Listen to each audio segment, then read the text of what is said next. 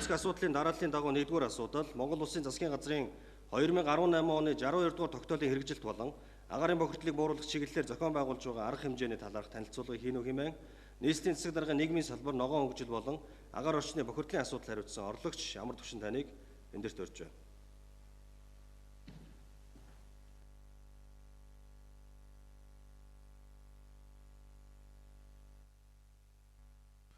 За эрхэм нийслэлийн иргэдийн хурлын төлөвчдийн дарга нийт төлөвч та бүхэндээ энэ өдрийн мэндийг хүргье. За агаарын бохирдлыг бууруулах чиглэлээр нийслэлийн хэмжээнд хэрэгжүүлж буй арга хэмжээ засгийн газрын 62-р тогтоолын хэрэгжилт болон цаашид хэрэгжүүлэхээр төлөвлөж байгаа төсөл арга хэмжээний талаар товч танилцуулъя. Монгол Улсын засгийн газрын 2018 оны түүхий нүүрс хэрэглэхийг хориглох тухай 62-р тогтоол нь нийслэлийн агаарын бохирдлыг бууруулах чиглэлээр гаргасан томоохон шийдвэрүүдийн нэг юм а. Уг шийдвэр нь 2019 оны 5 дугаар сарын 15-ны өдрөөс хэрэгжиж өнөө хүртэл мөрдөн хэрэгжиж байгаа. Агаар бохирдуулж их усүрийн судалгаагаар гэр хорооллын 172,692 айл өрх 55.6%-ийг бол эзэлж байгаа. 804,656 автомашин нь 28.9%, бусад хүчин зүйлс буюу дулааны цахилгаан станц, усан болон уурын халаалтын зуух, нам даралтын зуух нь 15.5%-ийг бол эзэлж байна.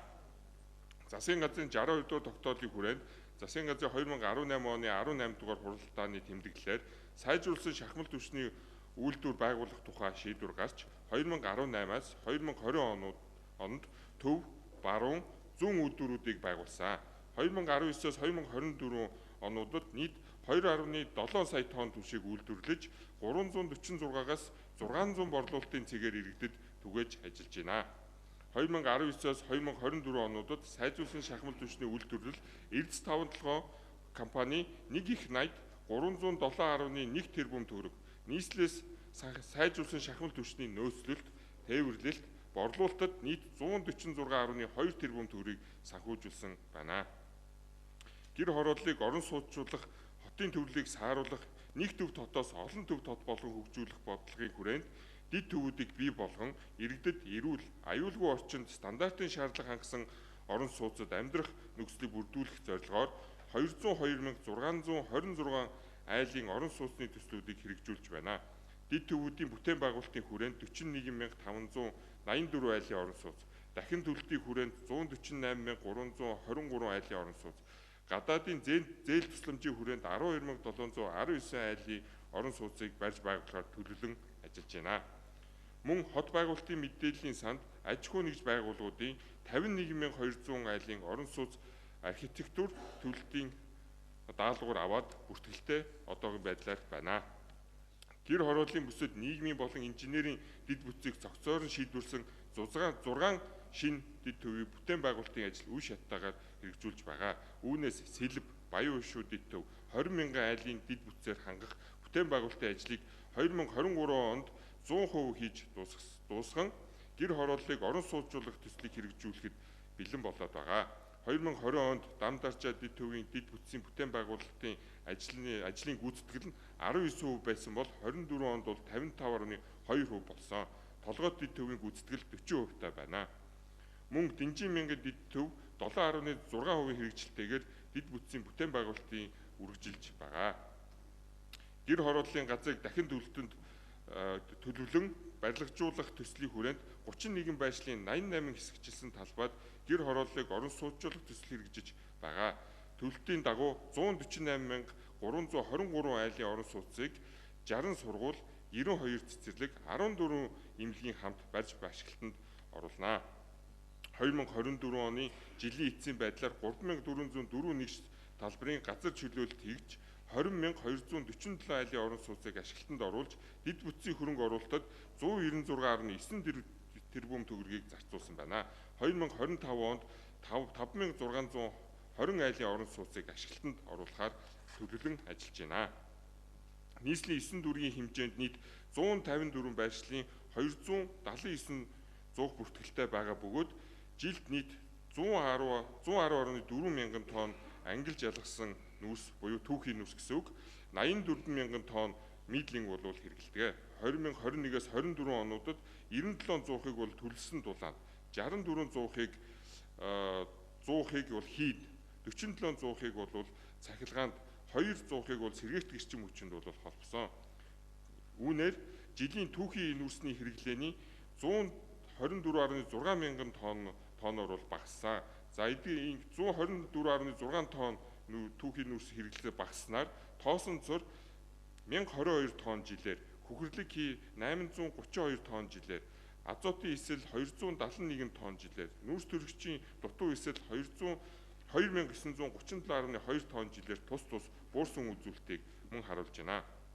Цаашид түүхийн нүүрсийг түлж байгаа зөвшөөрөлтөө уурын болон усан халаалтын 172 зуух байгаа.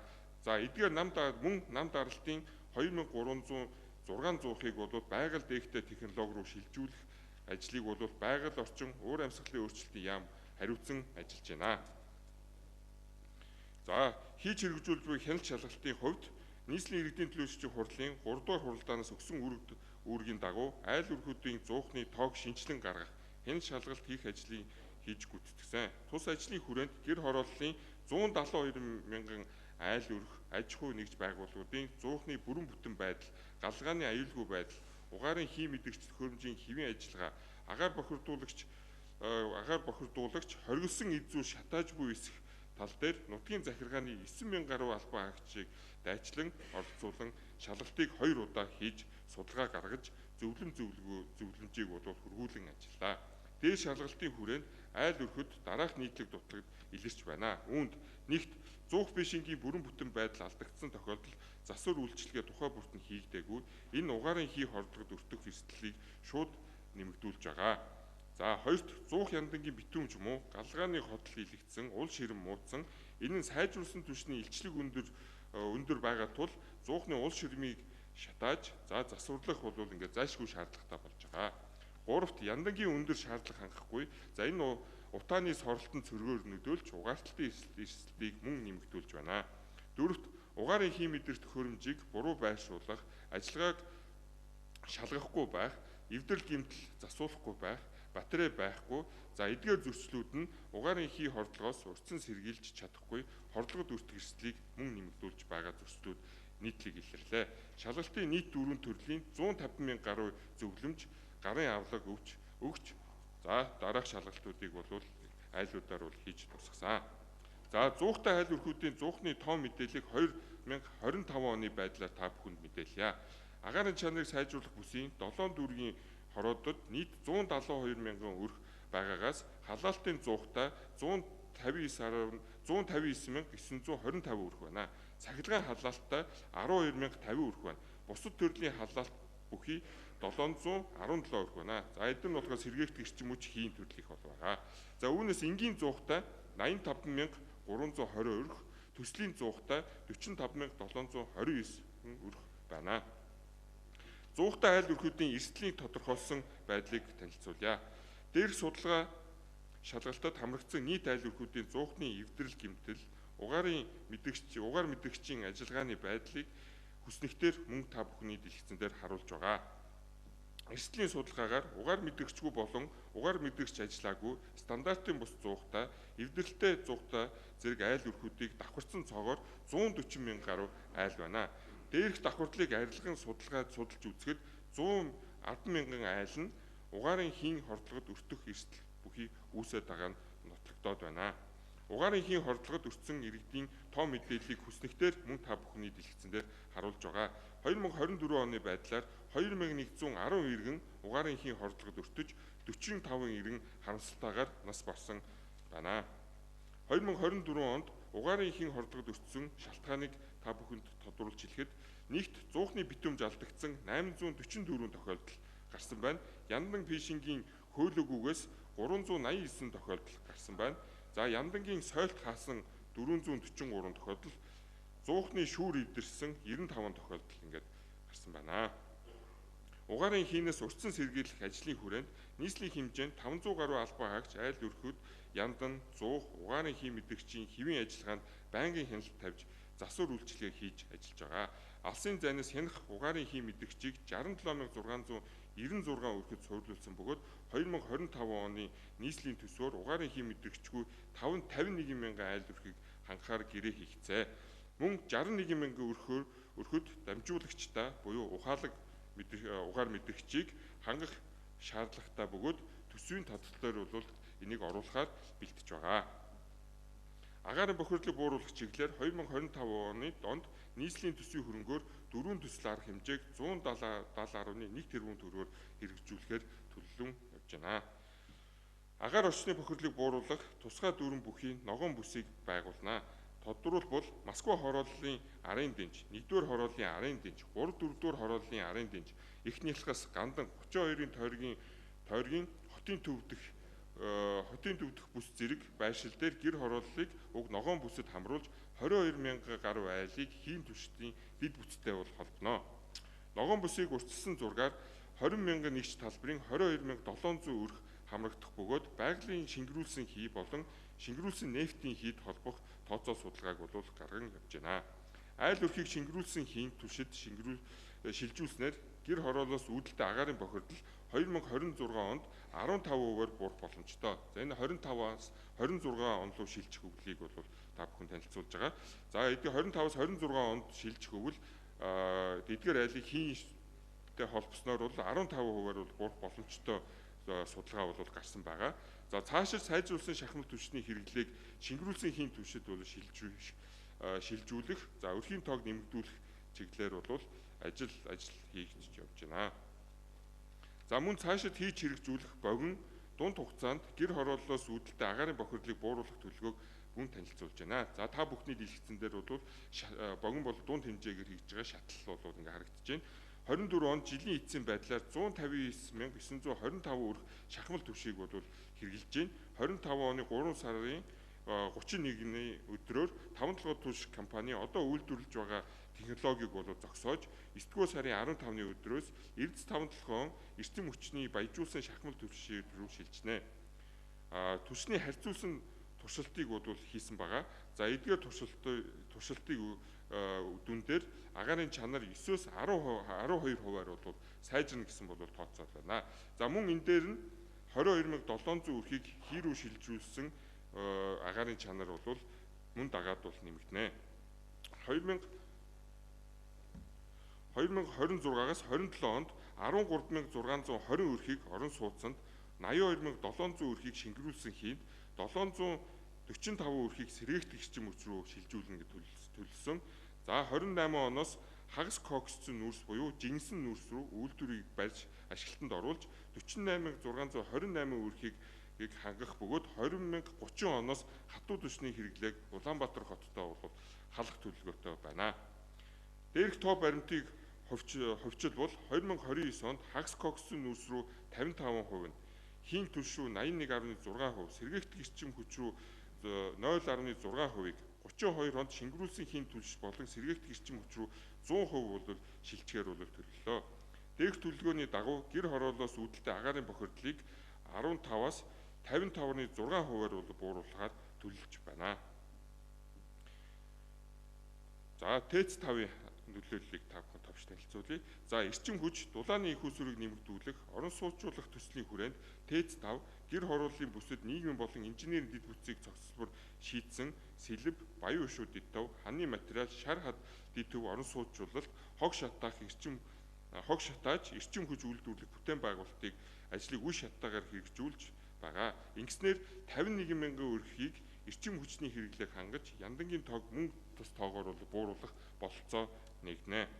Дулааны тархимал их усүрээр гэр хорооллын айл өрхийг үе шаттайгаар хэрэгжүүлснээр 43,543 өрхийг эрчим хүчний хэрэглээг хангаж яндангийн тоог мөн бууруулах боломж бол нэгнэ.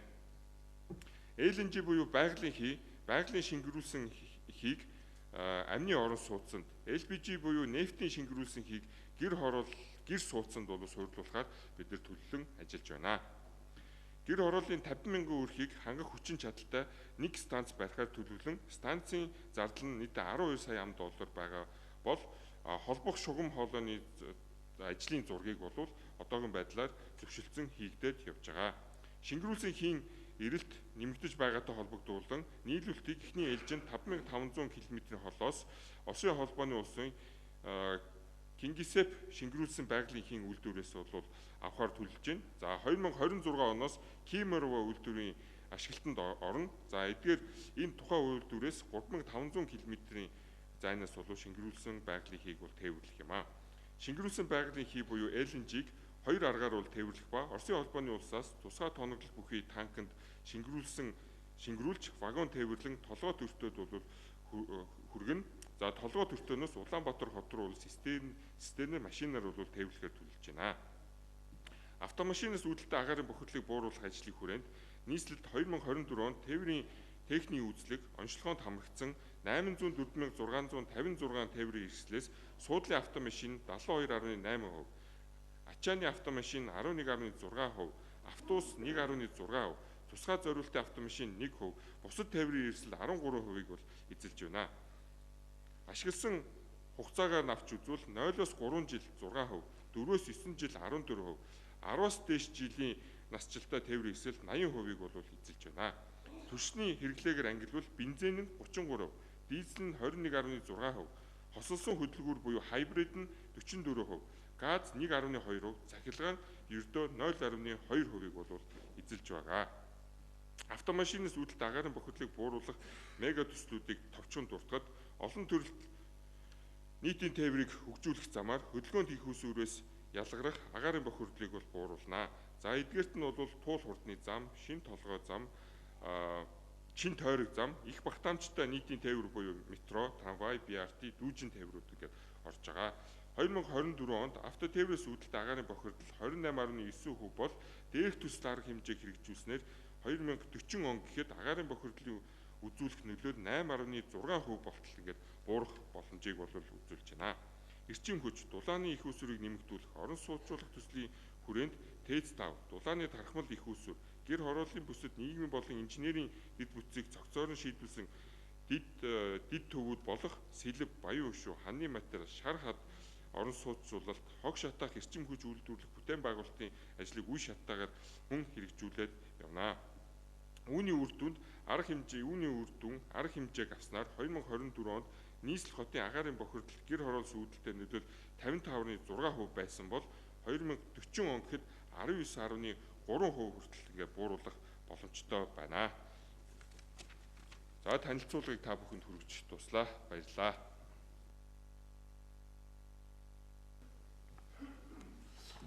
Хэлж байгаа асуудалтай холбогдуулан танилцуулга хийсэн амар түвшин дарга баярлалаа. Уралдаанд оролцож байгаа алба багштыг танилцуулъя. Нийслэлийн агаар орчны бохирдлын тэмцэх газрын дарга Мөнхбаатар, нийслэлийн эрүүл мэндийн газрын дарга Батирэдү, нийслэлийн байгаль орчны газрын даргын албан үүргийг төр орлон гүйцэтгэгч Батүлзий, нийслэлийн хэн шалгалтын газрын дарга Инхбаяр, хэсэгчсэн инженер хангамжийн удирдах газар орон нутгийн өмчт аж ахуйн тооцоод үйлдвэрийн газрын сайжруулсан түлшний хяналтын хэлтсийн дарга Буян Жаргал, замдаа яваа 5 толгой түлш хязгаарлагдмал хариуцлагатай компаниг гүйцэтгэх захирал Эрдэнэбаяр. Хэлж байгаа асуудалтай холбогдуулан Дэгийн 14-12 заасны дагуу танилцуулгатай холбогдуулан асуулт саналтай төлөөлөгч байна. Цуг явна. Асуулт саналтай төлөөлөгч авъя. За товчлуураа нэг дараад ярих хүсэлтэнд нэрсээ өгнө.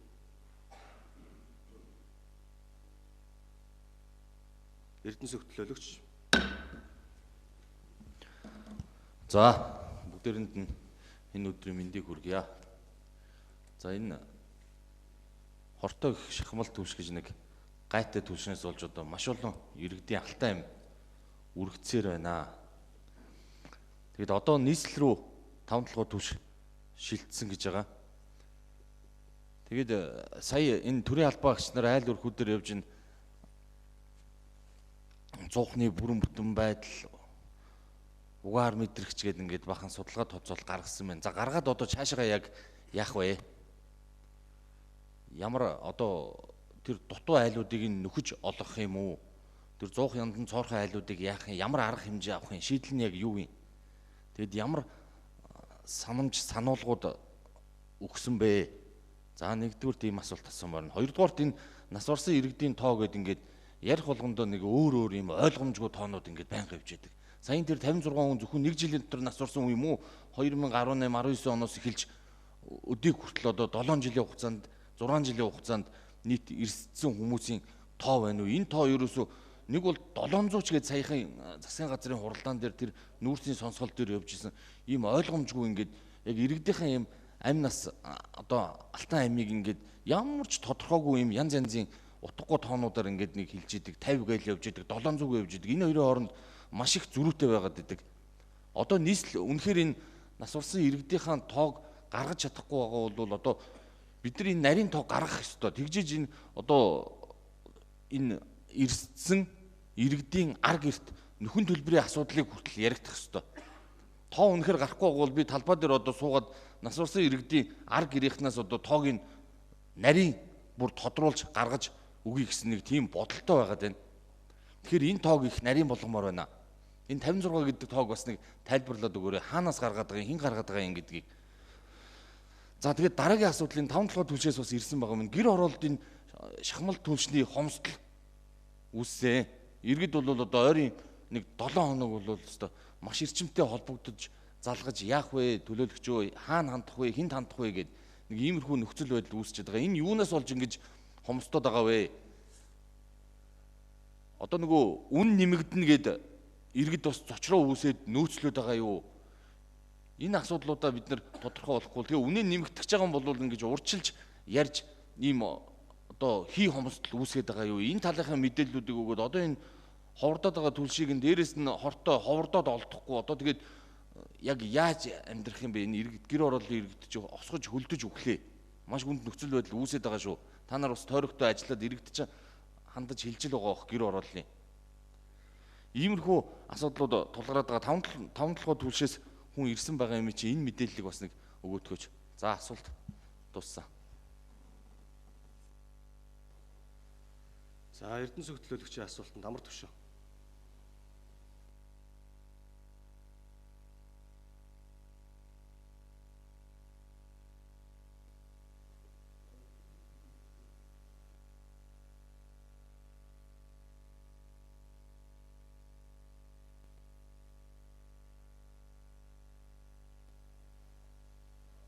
За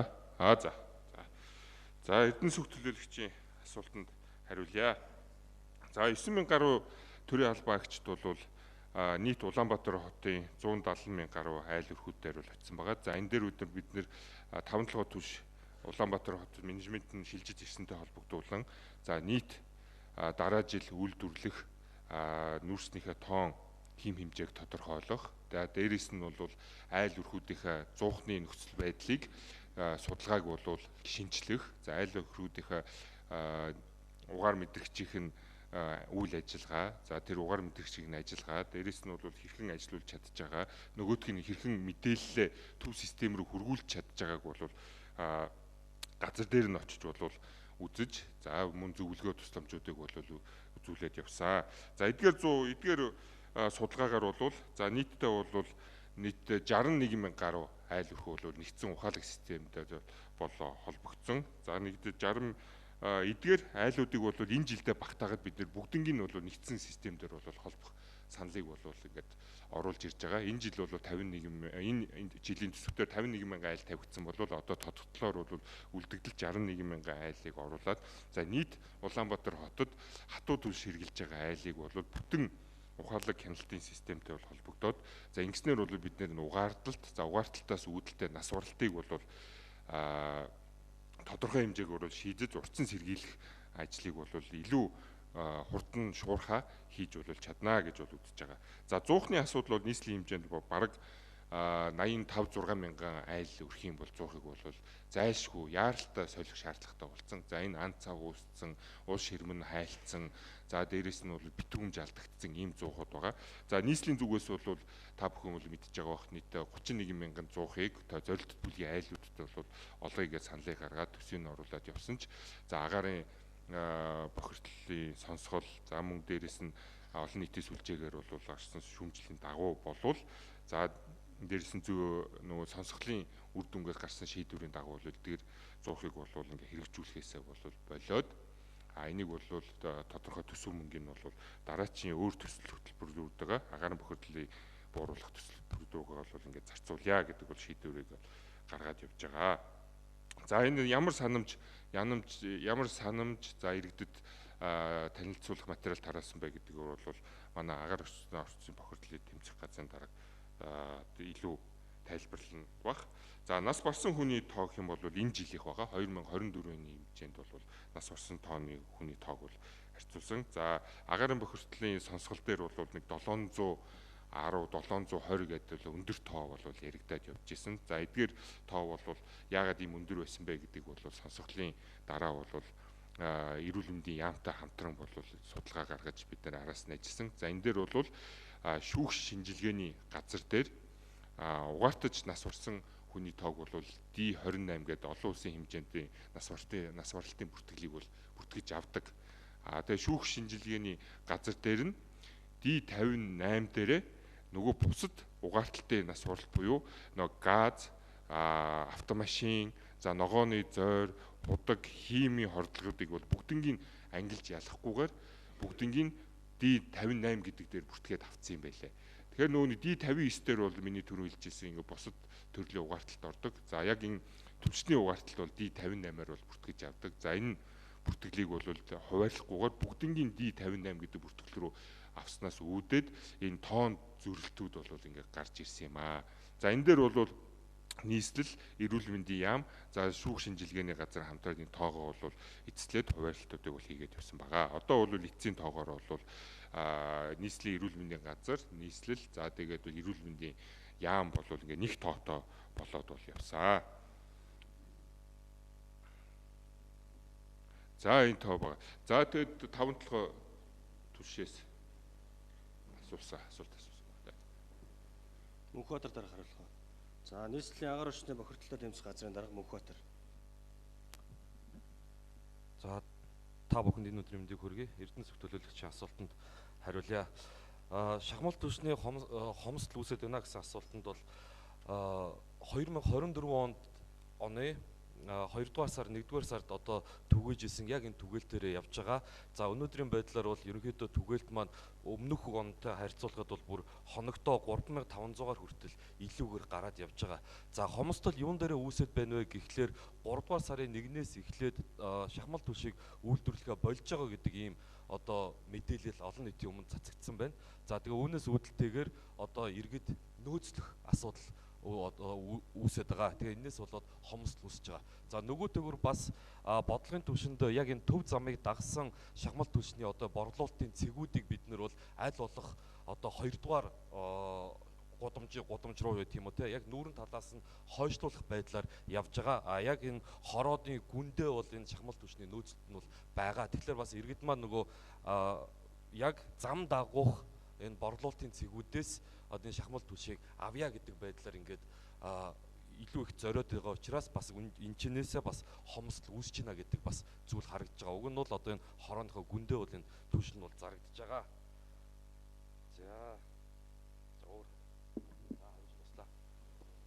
За тодруулга Эрдэнэ сүх төлөөлөгч 1 минут.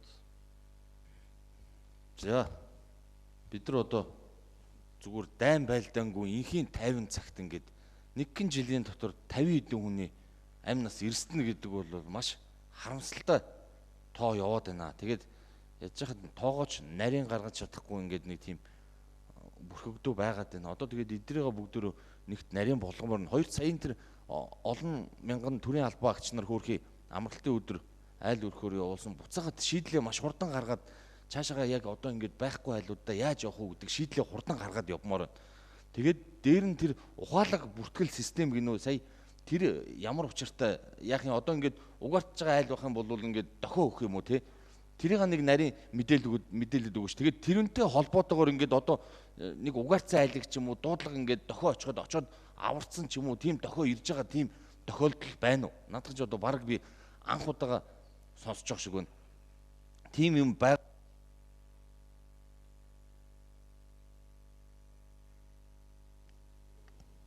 За тодруулга амар түвшин хин хариулах юм. За. Сайжруулс.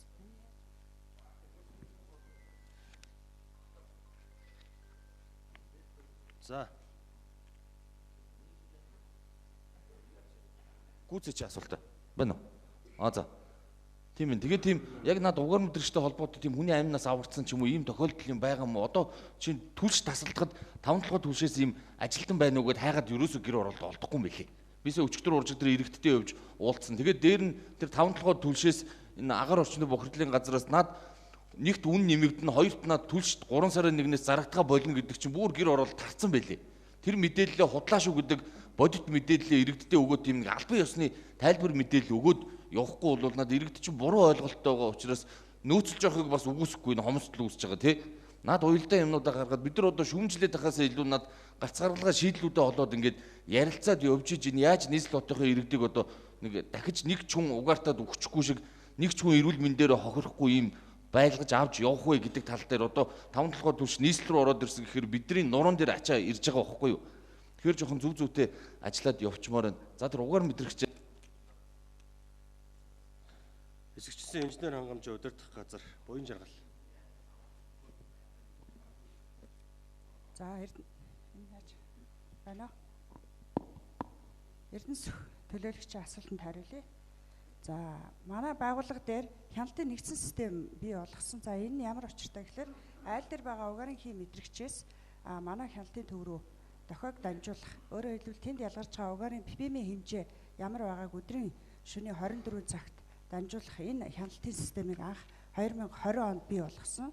За ингээд 20 онд бол нийтдээ 51406 өрхийг бол энэ хяналтын системд холбосон.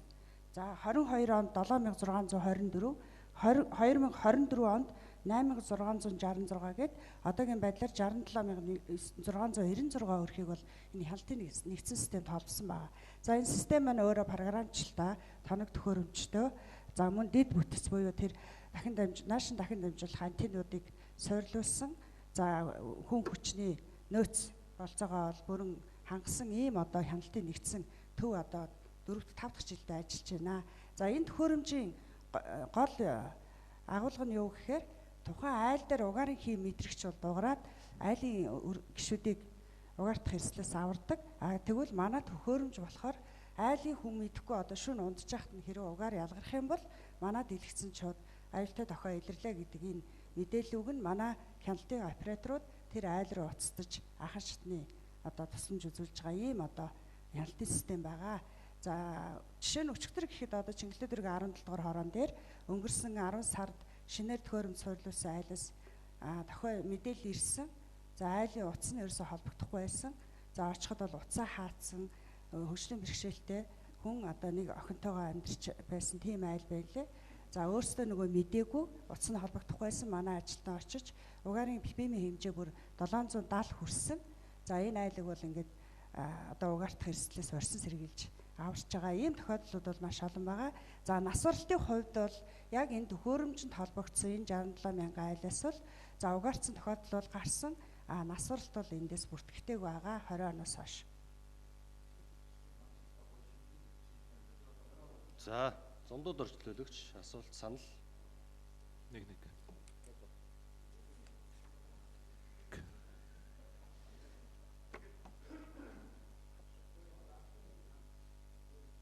зундууд орчлөөлөгчийн микрофон. За Улаанбаатар хотод амьдардаг хүмүүр энэ сарын 2 сарын 6-ны өдөр харамсалтай мэдээллийг сонссон. Нэг цэрэггүй ээжигээ 4 дүүгээ алдсан. Энэ дээр одоо нийслэлийн удирдлагуу дарга нар байгаа дэр бас хэлчмээр байгаа. Бид тэр хүмүүст яаж тусалсан бэ? Яаж нэгний баталгаа дараагийн амьдралд нь яаж дэмжлэг үзүүлэх вэ? Ингээ бүх хэвлэл мэдээлэл нь байдгүй тэр хүнтэй холбооттолтойгоор нэгч нийслэлийн удирдлагууд маань өөрсдөө эмгэнэл илэрхийлсэнгүй. Яагаад? Энэ дотроос хүн чанар байх ёстой шүү дээ. За яг одоо унтаад өнөөдөр одоо галаа түлээд унтаад 110,000 өрх маргаас сэрэхгүй байх эрсдэлтэй байна гэж мэдээлж байна. Энэ бол бүр аимшигын тоо шүү. Үнэхээр энийг ойлгож байгаа бол иргэдтэйгээ үнийг нь хэлмээр байна хэдүүлээ. Яг үнэндээ. Тэр 100-аа янзал, тэр 100-ны цагт нь янзал. 100-тай холбоотой маш олон юмнууд сонсогддог. Энэ одоо утааны бизнесийг дэмжих бодлогыг бити бол. Бизнесийг дэмжиж байна. Яг тэр асуудал руу орохгүй байна. Иргэд тэр одоо агаар мэдрэгчийг нь худалдаад авчих боломжийг нь бүрдүүл, тэр 100-ын стандартыг нь ханга. Шахмал түлш өнөөдөр бүх одоо 100 янданд таардаг тэр стандартыг оруулж ирмээр байна. Тэгээд хэдүүлээ нэг жоохон юмд бодтой анд л да. Одоо яг угаар мэдрэгчтэй холбоотойгоор маш олон мэдээллүүдийг судаллаа. Нэг жүн нь хэд вэ? Одоо энэ худалдаа авах ажиллагаанууд бас явагдах гэж байна. Энийг бол би бас эргэлзээл байна. Дандаа л бизнес. Тэг хүний амь наснаас илүү бизнес баймааргүй байна. Нөхдөө. Хэдүүлээ одоо жоохон хүн чанартай ажилламаар байна. Тэгээд энэ анхан болон дунд чатны удирдлагуудад бас хэлмээр байна. Юмд сэтгэлтэй хандмаар байна. Уг дугаар мэдрэгч тараадаг, хадган боогоод авдрандаа хийчдэг гэж хинэггүй хэлдэг баймааргүй байна. Тэгвэл иргэдийг хариуцчих жуул. Эхний ээлжинд энэ угаар мэдрэгч хэдэн төгрөгийн үнэтэй, хизээ иргэдэд хүрэх юм, тэр нь ямар зашмаар явах юм. Энд чинь 110 мянган айл эрсдэлтэй байна шүү дээ. Тэг хэдэн айл нь 151 мянган хинт нөгөөд хинт нөхгүй. Үнэхээр бүх асуудал нь байгаа бол төсвийг нь тодтогч жагаад бүгдэнд нь дараахгүй бол тэгж алаг цог хандах хэрэг байхгүй гэж бодож байна. Тэгээд Улаанбаатар хотод ажиллаж амьдарч байгаа иргэдийн энэ мэдээллийн зөрөөг арилгахгүйгээр бид нэр угаарын асуудал дээр өглөө босоод дандаа харамсдаг тийм мэдээтэй баймааргүй байна. Удирдлагуудаа. Энэ дээр нэг хүн чанартай хариулт аммаар байна. За амар төвшин дараах хариулъя. За зөндүүд орч төлөвчийн асуултанд хариулъя. За угаар мэдрэгч нь өөрөө нөгөө одоо бид нар яриад байгаа ухаалаг угаар мэдрэгч нь бол оюуны өмчийн патенттэй байлээ. За Улаанбаатар хотод бол өнгөрсөн 2 жилд бол тухайн компани нь өөрөө нөгөө дамжуулах антеннуудаа бол суурьшуулсан. За эдгээр антеннуудаар нь дамжаад нөгөө мэдээллийн системээр бол манай нийслэлээр байгаа мэдээллийн нэгдсэн систем рүү бол ингээд холбогдоод явж байгаа. За угаар мэдрэгчийнх нь нэгжийнх нь үнэ нь бол нөгөө нийлүүлэгч компаниас санал болгож байгаа нь бол 150 мянган төгрөгөөр бол ингээд санал болгож байгаа. За энэ яагаад ийм үтэй вэ гэхээр нөгөө мэдээлэл дамжуулагч тоног төхөөрөмж нь нөгөө хагас дамжуулагч чип гэдэг ярьдэн шүү дээ. Хагас дамжуулагчийн зардал дээр нь бол энэ их өртөг мөнгө нь бол ингээд шингэж байгаамаа гэсэн тайлбарыг бол компаниас бол хэлсэн байгаа. За ямар ч юм бол энэ дээр бол мэдээж бол хуулийнхаа дагуу бол тендер нь зарлагдаад явна. Гэхдээ бол ухаалаг мэдрэгчийн яг энэ оюуны өмчтөө дээрэс нь бол манай Улаанбаатар хотод нэгдсэн дамжуулах сүлжээ антентай бол ингээд нэг компани бол үйл ажиллагаа ингээд явуулдаг байгаа. За нийтдээ бол 110 мянган айл бол угаартах эрсдэлтэй бол саяны 9000 гаруй албан агчид бол айл өрхүүдээр яваад бол эрсдлийн үнэлгээгээ бол бид нар хийсэн. Эдгээр 110 мянган айлд бол бид нар зайлшгүй энэ угаар мэдрэгчийг бол энэ жилдээ багтааж тавих ёстой. 25-аас 26 онд шилжих өвөл бол угаар мэдрэгчгүй нэгдсэн системд холбогдоогүй айл өрх бол байж болохгүй гэсэн бол энэ зарчмыг бол бариад бол бид ажирч байгаа. Дээрэс нь энэ дээр бид нэр 22 бараг 23 мянган айлыг бол хийн толбож байгаа тийм ээ. 5700 айл нь бол шингэрүүлсэн нефтийн биш нөгөө юу шингэрүүлсэн байгалийн хийнд бол 5700 айл нь. За шингэрүүлсэн хийнд бол ингээд шингэрүүлсэн нефтийн хийнд бол 15000 айлыг бол холбохоор бол ажиллаж байгаа. За эдгээр нөгөө нэг хийн бас нөгөө угаарын мэдрэгчүүдийг бол мөн энэ айлууд дээр бол суйрлуулад хамт явагдана. За ингэснээр бол манай одоо хяналтын төв маань бол аажмаар 2030 он гэхэд бол нүүрсний угаарын хий хяналт биш хийн угаарын хийн хяналтыг бол ингээд тавьж хяналтаа тавьдаг бол ийм шилжилт рүү бол явна. За одоогийн байдлаар бол энэ жилээс эхлээд бол манай хяналтын систем бол 23,000 айлын хийн за үлдсэн айлуудын бол ингээд нүүрсний угаарын хийн хяналтыг бол тавьж ажиллана. За энэ дээр Мөнхбаатар дарааг нэмж нөгөө угаар мэдрэгчдээр бас нэмэлтээр хариулт өгөөрэй. Тодруулга Мөнхбаатар. За зундууд өрж төлөөлөгчийн асуултанд тодруулж хариулъя. 51 мянган угаарын хийн мэдрэгчийг бид нар одоо энэ 25 оны батлагдсан төсвөөр бол худалдан авахар гэрээг нь бол байгуулсан. За энэ ч бол өндөржүүлсэн бэлэн байдал болон одоо патент нэг их усүрээс гэдэг асуудлаар худалдан авалтыг бол одоо хийж байгаа.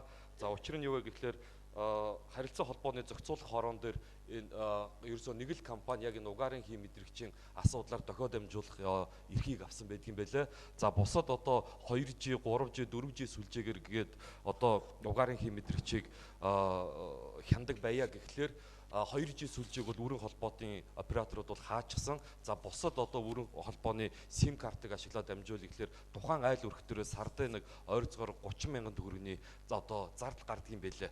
За энэ төхөөрөмжийг бид нар бол авснараа тухайн айл өрхтөр бол зөвхөн тогны зардлаар нь батарейгаар ажиллаж байгаа. Батарей нь бол 2 жилийн хугацаатай ажилладаг. Энд угаарын хий мэдрэгчийг бол бусад одоо гадаадын судлаад үзэхээр баталгааг бол 6 сараас дээшгүй хугацаагаас бол өгдөг юм байлээ.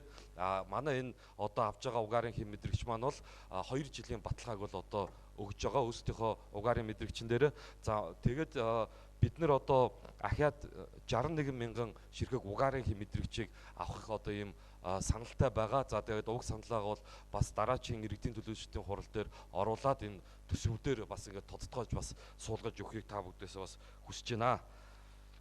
За өөр нэмж хариулах зүйлгүй.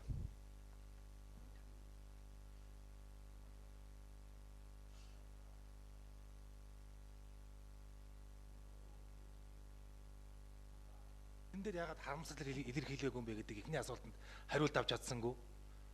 Улаанбаатарын хотын удирдлагуудаас тэр хүний нийгмийн болон бусад зүйл дээр яаж дэмжих юм бэ гэдэг хариултыг бас өгсөнгүй.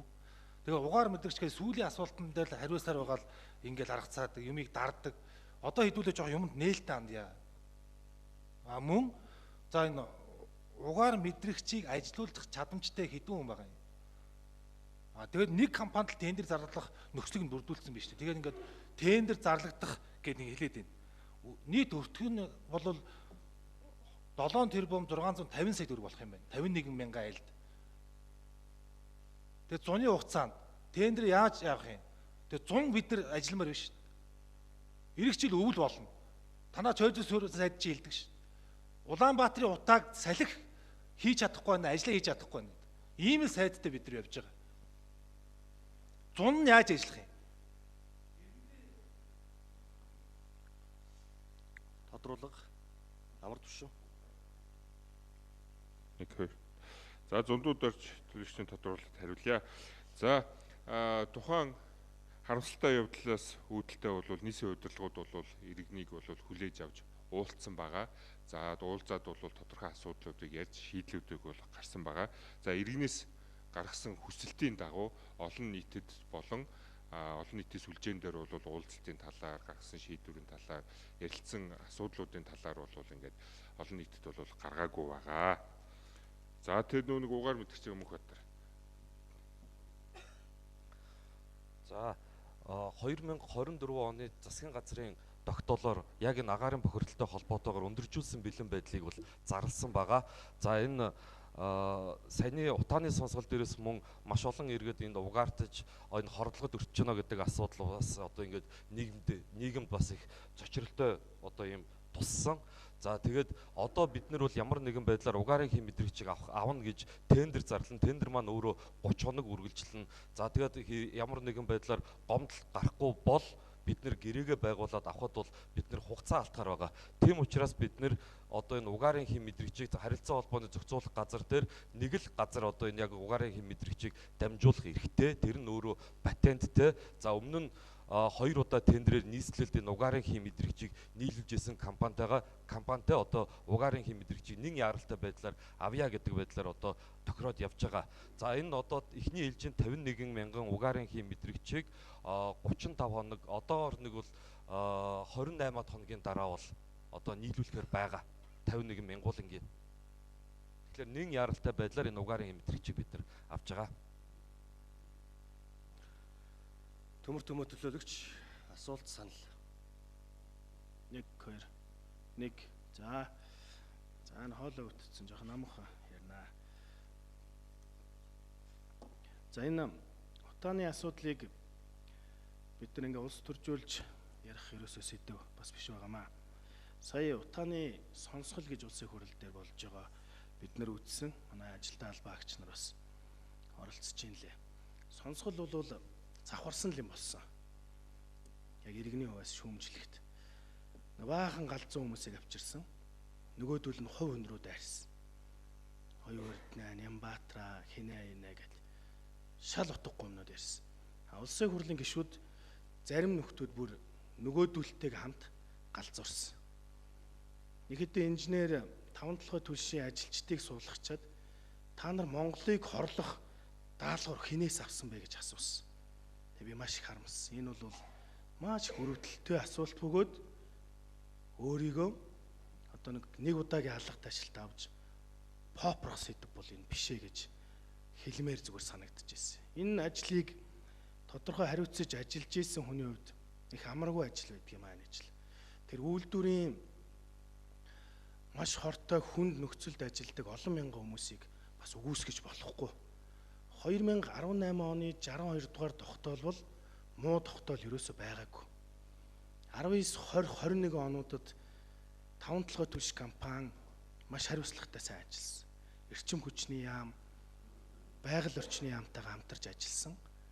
За ингэсний үр дүнд бол тодорхой амжилтууд гарч ирсэн. Хүн болгоно л утаагүй сайхан болчлоо, 50% буурчлаа. Ямар гоё юм бэ л гэж ярьдаг байсан шүү дээ. Тэгээд түүнээс хойш хяналт шалгалт алдагдсан, иргэдийн хариуцлага ухамсарч мөн алдагдсан. Иргэдэд бүх үйлчлэгийг төр үзүүлсэн. 100-ын сольж өгсөн, яндангийн хөөлж өгсөн, гал түлхийг хүртэл зааж өгсөн шүү дээ. Ийм байж болохгүй. Одоо иргэд өөрсдөө галаа түлээ сурчдаг. Угаартахгүй байх эрсдлээс өөрсдөө хамгаалж бас нин тэргүнд сурах хэрэгтэй юм байнамаа гэж би боддог. 5-7 түлш компани шинэ захирлууд томилогддог. Ямар төлөвлөгөөтэй орж ирдгийг би асуумаар байна. Шинэ захирлаас танд юу н ямар төлөвлөгөөтэй цаашдаа 5-7 түлш компаниг удирдах вэ? Хотод шилжээд ирчлээ тийм ээ. Юу н яг юу бодож байна? Цаашдаа 5-7 түлш компани хөгжлийг та юу гэж харж байна? Өнгөрснөө үгүйсгээд яах вэ? Ирээдүйн тухай танаас би өөрийгөө танилцуулаад шийдлээ энэ хотын төлөөлөгч нарт хэлж өгөөсэй гэж хүсэж байна.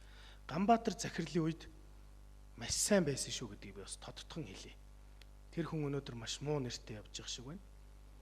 Төр зүтгэсэн үндэ халтаа гэдэг шиг тэгээд хийж бүтээснийг ярихгүй юм. Өнөөдрийн байгаагаар нь дүгнээд ах.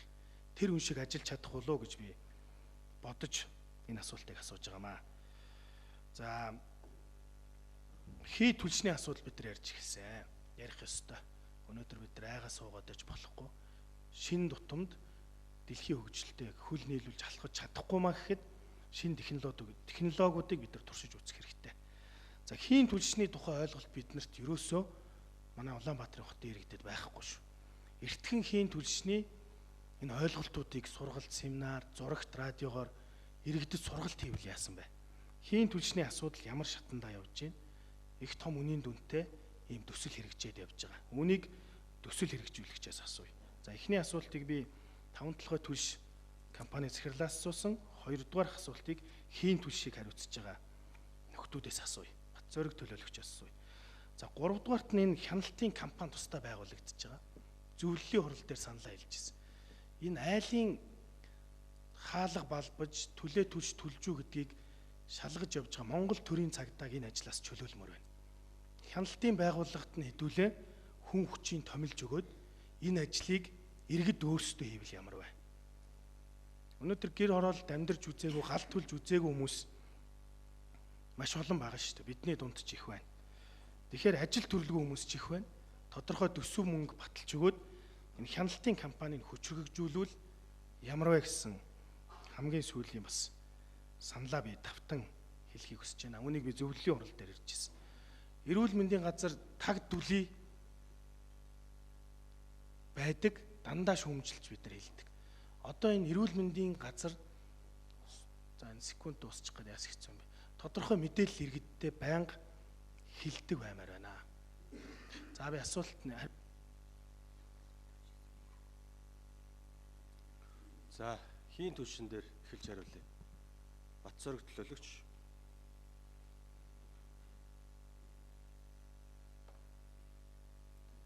Бат зөрөг төлөөлөгчийн микрофон. Уган баяр төлөөлөгчийн хоног. За бат зөрөг төлөөлөгч. Миний гарчлаа. За төмөр төлөөлөгчийн асуултанд хариулъя.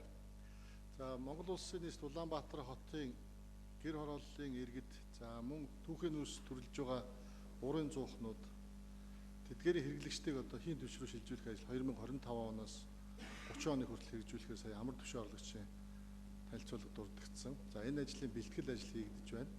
За өнөөдрийн байдлаар Монгол Улсын засгийн газар иргэдийн төлөөлөгчдийн хуралд одоо урьдчилан байдлаар танилцуулаад анхны нэгжин байгуулагдаад за энэ төсөл хөтөлбөрийн үндсэн одоо зураглал техник эдийн засгийн үндэслэл боловсруулах энэ ажлууд худалдаа авах шатндаа явж байна.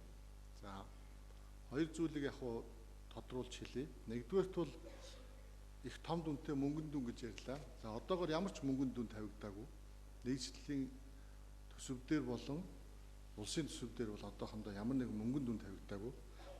За хоёр дахь зүйл нь бид Монгол Улсын засгийн газарт эрдэс баялаг, аж үйлдвэрийн яам, эрчим хүчний яам, байгаль орчны яамтай хамтраад 2022 онд гарсан агаарын тухай хуулийн хэрэгжилтийг хангуулахаар журам боловсруулан өргөн бариад байгаа. За энэ бол одоо нийслэл Улаанбаатар хотын хэрэглэгчд маань цахилгаан эрчим хүч хэрэгжилж байгаатай адилхан хийн түвшээ хэрэглүүл хөнгөлөлт үзүүлдэг ийм урамшууллын журам. За энэ журам бол нийт хэрэглэгчдийгээ дэмжих, цаашлаад хийн түвшийг хувийн хөвшил өөрсдөө одоо зохион байгуулах ийм одоо үндсэн суурийг нь одоо тавих ёстой. За энэ журмын одоо төсөл бол эд явж байна. За хэрвээ энэ журам батлагдвал одоо нийслэлийнхаа иргэдэд бид нар мэдээлэх, таниулах, сурчлах тэрч бүхэл шат болгоны одоо сургалтуудыг зохион байгуулахаар явж байна. За өнөөдрийн байдлаар бид нар онцгой байдлын ерөнхий газар, за барилгын хөгжлийн төв зэрэг яг одоо хийн түвшний угсралт холболтын үйл ажиллагаа явуулдаг. Тэдгээрийн хяналтыг хэрэгжүүлдэг энэ байгууллагуудтай хамтран ажиллаж зураг төсвийн шатанд яг хилцэл хийж байна. За энэ шатандаач мөн бас гадны байгууллагуудтай хамтран ажиллахаар бид анхны яриа хэлцээлүүдийг хийгээд явж байгаа. За тэгэхээр хийн түвш гэдэг маань өөрөө хүмүүсийн хувьд шинэлэг зүйл боловч дэлхийн нийтэд бол хийж байгаа технологиг бид нутагшуулах юм явдал байгаа юм. За тэгэхээр нийслэлийн иргэдийн хувьд бол ямар нэгэн хэмжээгээр бол хийн түвшийг бол жижиг хэлбэрээр бол хэрэгжилж байна өнөөдөр. За одоо бид нар анх удаага одоо яг төвлөрсөн байдлаар нэгдсэн системээр холбох энэ ажлыг энэ жил бид нар хийх гэж байгаа. За энэ шилжилтийн үйл явцад бол 3 үе шаттай явагдана. За нэгдүгээр үе шат маань бол эхний ээлжинд бид 15-20 мянган айлыг LNG буюу одоо байгалийн хий. За LPG буюу одоо нефтийн шингэрүүлсэн хийж шилжүүлэх энэ ажлыг зохион байгуулахаар төлөвлөж байгаа. За үүнтэй уялдуулаад бид бас мөн шинэ бас агаарын тухай хууль заасан болон бусад холбогдох хуулийн дагуу одоо бас шинэ одоо агаарын ийм бүсийг тодорхойлохоор төлөвлөж байна. За бид нар бол яг одоо бол одоо энэ дээр шинэ нэгж томилогдоод ажиллаж байна. За өнөөдрөөс ингээд бас хараат бус гишүүнүүд томилогдоод ингээд ажиллавал бид ирэх одоо 3 дугаар сард тодорхой төслийн үе шатыг, зорилтыг мөн хөрөнгөтэй нас танилцуулахаар бэлтгэж байгаа. За ингээд иргэдийн төлөөлөгчдийнхээ хуралд ирэх 3 сард одоо нийслэлийн засаг даргаас бас танилцуулах байхаа гэсэн иймэрхүү төлөвлөлттэй байна. Хэсэгчсэн инженер хангамжаас буян жаргал нэмж хариул. Буян жаргал. 5 толгой түвшийн захирал байхгүй байна, ирээгүй байна.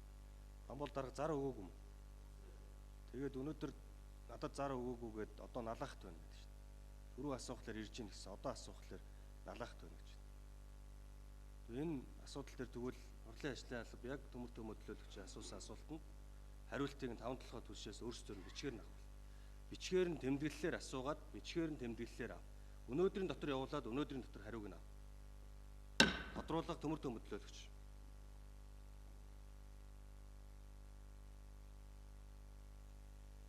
Нэг. За энэ 5 толгой түвш компани захирал хариуцлагагүй шүү. Өхөлөтийн эрчим хүчний яамны төрийн нарийн бичгийн дарга энд ирж зарагдчихжээ шүү дээ. Бид нартай бас олон жил яг энэ асуудал дээр хамтарч ажиллаж байсан. Ингээд ажил авахаараа алга болчдөг болохоор л бид нар энд уурлаад бухимдаад байдсан шүү дээ. Ямар ч шийдэл байхгүй. Өөрийгөө ч танилцуулахгүй ингээл нэг дангалзаал үйлдвэр дээр явж ингээ худлаа ирдэг. Энэ байдлаасаа татгалзаач гэж хэлхийг хүсэж байна. Дараагийн удаа заавал авчирмаар байна. Энэ хүмүүсийг л асуудлыг шийдэх гээд энд бид нар уралдаа сууж байгаа шүү дээ. За нийслэл хэд хэдэн юмнаас татгалзмаар байна. 100 тараахыг төр хэмээргүй байна.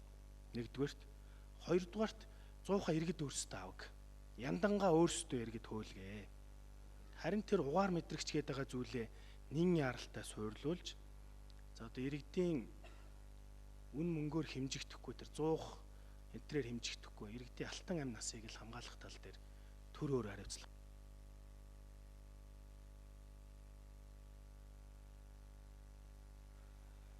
Санал хэллээ. Сандаг сүрэн төлөөлөгч. Байна уу. За та бүхэн өдрийн мэнд хүргэе. За амар төвшин даргын мэдээлэлтэй танилцлаа. За би зүгээр хоёр зүйлийг л анхааруулж хэлмээр санагдлаа. Урданд гарч исэн бас тодорхой алдаануудыг би харж байсан учраас. За нэгдүгээр зорилт хэтэрхий хол тавьж байна. Амар төвшин дарга 2040 оны автомашины хэрэглээ, газын юуны бууралт энтер тоо яг бид нөгөө мега төслүүдийг ерөнхийдөө мэдж байгаа шүү дээ. Одоо өнөөдрийн нөхцөл байдал хичнээн машин ямар байдлаар явж байна, ямар агаарын бохирдол байна гэд шийдвэрлэгөө оронгуудаа 2040 оны хүрэх зорилтыг гаргаж ирж тавиад ингээ бидэнд ямар нэгэн дүгнэлт хийх энэ боломж олохгүй мэдээллүүд яриад байгаа. Тэгээ наадах чи сүүлд нь төөрүүлчихдэг юм. Одоо бидэнд яг үнэндээ хурал болгон дээр тайлгнаж байгаа тайлан дээр 2025 оны 3 дугаар улиралд хүрэх төвшингийн асуудал ярих хэрэгтэй байхгүй юу? Хэдэн үзүүлэлтээр тэрийг 5 хүн үрдлийн 7 хоног миний анзаарснаар тэр KPI энтрийн сургалтанд суугаад байгаа харагдан лээ. Яг тэр үзүүлэлтүүдээр хэлэх ёстой. Тэр агаарын бохирдлыг одоо 20-30%-аар бууруулна гээд байгаа чинь цаана ямар үзүүлэлтүүдийг өөрчлөх гээд байгаа юм бэ гэдгээ бидэнд танилцуулах хэрэгтэй байхгүй юу? Тэгэхгүй болохоор бид хяналт тавьж болохгүй. Одоо тэр маш олон асуудлуудыг хамарч ярьж байна. Тэр цахилгаан станц, хийн, газын станцуудын асуудал ярьж байна. Тэгээ энэ олон хийж байгаа ажлууд чинь эцэстээ одоо 2025 оны 12 сард иргэдэд яг ямар үзүүлэлтээр мэдрэгдэж орж ирэх юм бэ? 2026 онд ямар болох юм бэ гэдэг үзүүлэлтээ гаргахгүй бол ингээд төөрөө том төсөл ярьсаар байгаад 3-4 жил өнгөрчдөг ийм алдаа урд нь бас гарч ирсэн. Тэгэхээр энийг давтах гээд байна. Дараагийн танилцуулган дээр энэ ойрын зорилтуудыг маш тодорхой тавьж тэр 20%, 30% гэдэг чинь цаана яг ямар үзүүлэлт байна. Холоос хотыг харахад хүртэл тэр нөгөө утааны агаарын бохирдлын өтөөрөл нь хэдэн хувиар буурахыг хүртэл гаргаж ирсэн тоонууд бидэнд хэрэгтэй байхгүй. Тэгэхээр тэгэхгүй бол бид наад дээр чинь тодорхой дүгнэлт гаргаж хэлж чадахгүй байна. За дараагийн бууруулах тоонууд, багасгах тоонууд гэж байдаг. Бүр тэг төвшөнд барих хэвээр үзүүлэлтүүд байгаа. Нин ялангуяа одоо энэ агаарын бохирдлоос шалтгаалсан хүний амь бохироод байгаа асуудлыг энэ төлөөлөгчдөр хэлээд байгаа. Тэгэхээр та бүхний тэр энэ чиглэлд хийх гэж байгаа ажлууд бол бүгд энэ эх жилд одоо өнөөдрөөс ахуулаад энэ тоог тэг төвшөнд байлгахын тухайд бүх асуудал чинь чиглэх ёстой. Тэг төвшөнд. Одоо энэ өрхийн эрүүл мэндийн төвүүд дээр хяналтанд байхгүй ч гэдэг юм уу, яраа эндэгдэлж байдаг ийм асуудлыг тэг төвшөнд байлгахаар бүх салбар байгууллагууд нь зориод тэнд хэрвээ нэг осол эндэгдэл гарвал салбарын хэмжээнд яригддаг ийм менежмент байдаг угаас. Энэ лүү чиглэх ёстой энэ үзүүлэлтийг элдв янзаар бууруулах ч юм уу, багасгах ч юм уу ийм асуудал огт байж болохгүй. Тэгэхээр 2025 оны 12 сард надад яг аль үзүүлэлт ямар хэмжээгээр байхыг та бүхэн зорж байгаа юм бэ гэдгийг нэгдүгээр хэлээд өгөөч вэ. За хоёрт би бүр анхааруулж энд хэлмээр байна. Цагаан сар мэдээж нэгжүүд хариуцсан нэгжүүд бүгдээрээ л ажиллаж байгаа байлгүй. Зүгээр энэ цагаан сар бол маш одоо анхаарал сулардаг ийм үе байдэн шүү. Энэ дээр манай агаарын бохирдолтой тэмцэх газар энэ төр тодорхой төлгөө гаргаж ажиллаж байгаа байлгүй дээ. Энийг би давхар сануулж одоо хэлэх гэсэн. 3 дугаар тэр агаарын бохирдолтой тэмцэх хүрээнд автомашинаас ялгарч байгаа угаарын асуудлаар амар төвшин даргын илтгэл дээр явж ийн лээ. Тэгээд яг ямар ажил хийгээд байгаа юм бэ? Эндээс гарч байгаа хүнд металлыг бууруулах чиглэлээр тэр нөгөө нүүрсэн янданггүй агаар тээврийн хэрэгслэлийг хориглох энэ төр шийдвэрүүд гарсан. Тэрний хэрэгжилт өнөөдөр яг ямар юутай байна? Хэрэгжилттэй байна. Хичнээн машин дээр хэмжилт хийгдээд ямар байдлаар бууруулах гэж байна? Энэ 25 онд эцэст нь ямар үр дүнд хүрэх юм?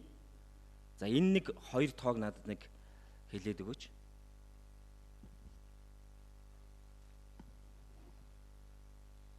Сандаг сүрэн төлөөлөгчийн асуултанд амар төвшин. Сандаг нэг хоёр. За сандаг сүрэн төлөөлөгчийн асуултанд хариулъя. За урт хугацаа богино болон дунд хугацааны бодлогоо бол танилцуулаад за дараа нь бол урт хугацааны бодлогыг бол ингээд танилцуулаад бол явсан. За богино болон урт хугацааны бодлогод бол та бол мэдж байгаа бах. Шахмалт эрдэс 5-7 түвшин шахмал түвшний асуудал бол ирж байгаа. За дараа нь бол дунд хугацааны бодлого дээр бол хагас коксцэн нүүрс орж ирж байгаа. Тэгээд LNG, LPG буюу 2 газ орж ирж байгаа. Сэргээгт хэрчим хүчүүд орон сууцралт орж ирж байгаамаа. За энэ дээр нь яг 2025-аас 2026 он руу шилжихүүл ямар сайжралт гарах вэ гэх юм бол за хийн төлш рүү буюу LNG бол байгалийн хий рүү бид нэр 5700 айл өрхийг бол ингээд шилжүүлнэ. За дээрэс нь LPG буюу нефтийн шингэрүүлсэн хий рүү 15000 айлыг бол шилжүүлнэ. За сэргээгт эрчим хүч рүү бол нэгдсэн үндэсний байгууллагын хөгжлийн хөтөлбөртэй хамтраад бол 145 айлыг бол энтэй шилжүүлэхээр бол төлөөд явж байгаа. 5620 айл бол ингээ орон сууцнд бол орноо. За эдгээр үзүүлэлтээр нэмэгдэх нь эрдэс 5-7 баяжуулсан нүүрс буюу угаасан нүүрсийг бол ингээд ашиглалтанд оруулснаар 25-аас 26 оны шилжихүүл за 15%-аар бол ингээд гэр хорооллоос үүдэлтэй байгаа гаргаж байгаа агаарын бохирдол бол буурна гэсэн үзүүлэлттэй байгаа. За 26-аас 27 он руу шилжихүүл бид нэр байгалийн хий рүү 22700 айлыг LPG буюу шингэрүүлсэн нефтийн хий рүү бол 30000 айлыг сэргээгт хэрчим хүч рүү бол 445 айлыг орон сууцруулалт бол 8620 айлыг бол шилжүүлээд нийт агаарын бохирдлыг бол 33% хүртэл бол ингээд бууруулна гэж төлөвлөж байгаа. За богино хугацааны бодлогынхаа 26-аас 27-оос 28 он руу шилжих төлөвлөгөөг хүртэл бид гаргасан байгаа. За 27-оос 28 он руу шилжих өвөл бид нар хий рүү 42700 айл буюу LNG байгалийн хий рүү холбогдсон байна. За LPG буюу нефтийн шингэрүүлсэн хий рүү 40000 айл. За 13620 айлыг бол орон сууцруулалтаар бол холбогдсон байна. За сэргээгт эрчим хүч рүү бол 745 айлыг бол холбогдсон байна. За үүнээсээ бол нийт гэр хорооллоос гарч байгаа агаарын бохирдлын бараг тал буюу 55.6%-ийг бол ингээд зөвхөн эдгээр ажлуудыг хийснээр бол ингээд бууруулахар бол төлөөд байгаа. За 2030 он гэхэд бол хий сэргээгт эрчим хүч орон сууцруулалт руу шилжүүлээд бүрэн Улаанбаатарын хотын нутаг дэвсгэр дээр бол ингээд түүх аж ахуй нэгжүүд нь зөвшөөрөлт аж ахуй нэгжүүд нь ч түүхийн нүсээ төлөхгүй, нийтлэнгээш төлөхгүй. За өрхүүд нь сайжруулсан болон хагас кокс ч бол ингээд төлөхгүй. За ийм төлөвлөгөө бол гаргаад бол ажиллаж байгаа. За богино болон дунд хугацаанд бол ингэж явж байгаа. За дээрэс нь бол энэ бол нас баралтыг бол тэг хувь угаарлалтыг бол мөн тэг хөвдөр бол барих бол маш том зорилтыг бол тавиад бид нар ажиллаж байгаа. За эдгээр бол угаарлцаас урьдчилан сэргийлэх бол мэдээж бид нар энэ 100 гэхэд бол бүх угаар мэдрэгчийг бол айл өрхүүдээр тавьж байршуулна. За дээрэс нь энэ түрүүн ч гэсэн төмөр төлөөлөгч ярьж байна. Төрийн албан хаагчдыг болон бусад албан хаагчдыг бол эдгээр зүйлд бол ингээд хамруулахгүйгээд за хамруулах нь буруу гэдэг. За энэ дээр бол бид нар санал нэг байгаа. За өнөөдрийн хурал дээр ч гэсэн юу орж ирнэ? Өнөөдрийн хурлын 8 дугаар асуудал дээр бол түвшний хяналтын газрыг бол бид ингээд тусад байгуулж байгаа. За эдгээр энэ газар нь бол юу гэх юм бол одоо мэргэжлийн хяналт маань бол татан буугдаад тодорхой хэмжээний хоосон орон зайг бол ингээд орхиод явсан байгаа. За энэ газрыг ингээд байгуулснаар бол бид нар бол урьдчилан сэргийлэх ажлаа бол ингээд бүрэн хугацаанд бол ингээд хийгдээд явнаа. За мөн автомашины агаарын бохирдолтой асуудал яригдж байна. За энэ дээр нэгт бол бид нэр автобусуудаа бол 1300 автобус Улаанбаатар хотод бол явж байгаа. За эдгээр нийтийн тээврийн автобусыг хий рүү шилжүүлэх ажил бол эхэлсэн явж байгаа. За нүүрсэн яндангийнх бол та бүхэн бол харсан баг. Улаанбаатар хотод бол нийт хайбрид машин буюу нүүрсэн яндан голчлон ашигладаг машинууд нь бол 44% бол байгаа. За эдгээр машинууд дээр бол хяналт шалгалтыг бол тээврийн үзлэгтээр бол хийгдээд явж байгаа. За тээврийн үзлэгт орж байгаа автомашиныг бол энэ нүүрсэн яндангийн шалгаад тэгэхээр дээрэс нь нүүрсэн яндан дээр нь бол бид нэр тусгай тэмдэглэгээ тавьж байгаа. Тэгэхгүй бол өмнө бол яадаг байсан мөн гэвэл та Сандаг сүрэн төлөөлөгч нэмэлт 1 минут. Байна уу? байна. За амралтын дарга юу яа? Сая та бол нэгэд юугаа урд танилцуулсан мэдээлэлд автаж яриад байгаад шүү. Нилээн хитрхи дэлгэрэнгүй яриад шүү. Товч тодорхой хариулт хэлнэ. Одоо над хийх ажлуудыг бол би ойлгоцсон юм. Тэгэхээр одоо сая хэлсэн тэр нэг 15%-аар агаарын бохирдлыг бууруулнаа гэдэг энэ чин цаанаа юу гэсэн үг юм бэ гэдгээл дараагийн хурал дээр яриарай л гэж байна. Энийний цаана харагдах нөхцөл байдлын иймэрхүү байдал байна. PM 2.5 эдийн хувиар ингэж буурсан. Энэний нөлөөлөл нь энээс хамаарсан байна.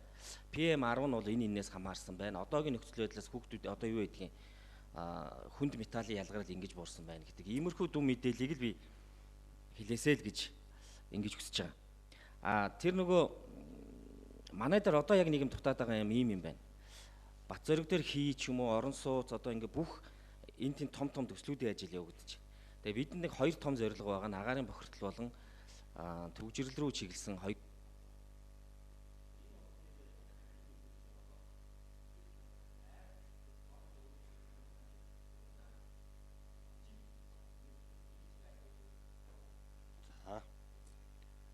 санал гэж ойлголоо. Дүлгөөний төлөөлөгч.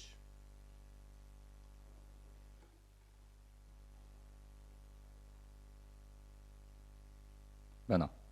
За нийт төлөөлөгчдөө энэ өдрийн мэндийг хүргье. Тэгээд 2 сарын 6-ны өдөр би өөрийнхөө хувь пэйж хуудасаараа бас энэ цэрэг хүүгийн гэр бүл эндсэнд эмгэг нийлэл илэрхийлсэн. Энэ бол хүн ёсны зүйл ах гэж би бол бодсон.